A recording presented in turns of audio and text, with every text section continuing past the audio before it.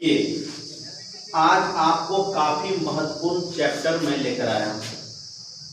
देखिए, पूरे भूमंडल पर जो ये ब्रह्मांड था, भूमंडल था, सिर्फ पेंजिया कहलाता था। क्या कहलाता था? पेंजिया। और पेंजिया से ही बहुत सारे टूट टूट कर देश बन गए। जैसे भूमंडल पर एक ही भूखंड था जिसको क्या कहते थे? पेंजिया। ये पूरा आपका पेंजिया है बाबू।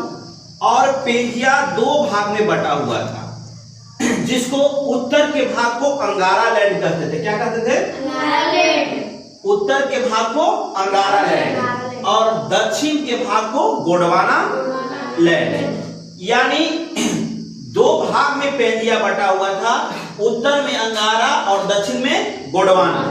अब आप यहां देखिएगा कि बीच के जो स्थिति था, जिसको मध्य क्षेत्र हम कह रहे थे, वो क्या था? 33 सागर। 33 सागर।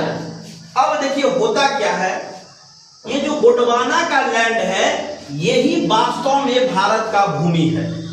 भारत का भूमि ये वास्तव में गोंडवाना लैंड है। ये कहानी आपको हम 20 करोड़ वर्ष पूर्व को बता रहे हैं।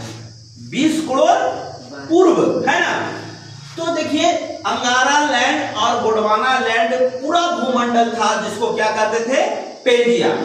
हुआ क्या बाबू कि ये दक्षिण का पठार हम लोग कहते हैं। इसको क्या कहते हैं? गोंडवाना को दक्षिण का पठार। जब ये पठार उत्तर की ओर घुमा, प्रवास किया, तो यूरेशिया प्लेट से टकरा गया। यूरेशिया प्लेट से टकराने के बाद क्या होता है? यहां पे यहां पे ये जो 33 सागर है, 33 सागर में एक प्रवाह होता है, जिससे बहुत बड़ा टकराव के कारण यहां पे एक हिमालय पहाड़ की उत्पत्ति होता है। बहुत सारा पर्वतीय श्रृंखला का पैदा होता है और फिर 33 सागर से ही हिमालय पहाड़ का निर्माण होता है।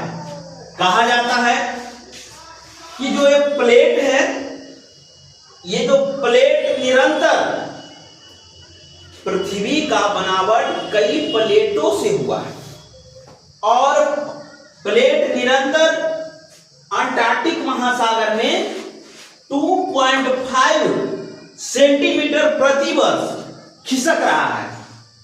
और प्रशांत महासागर, सबसे बड़ा महासागर कौन है? प्रशांत महासागर। प्रशांत महासागर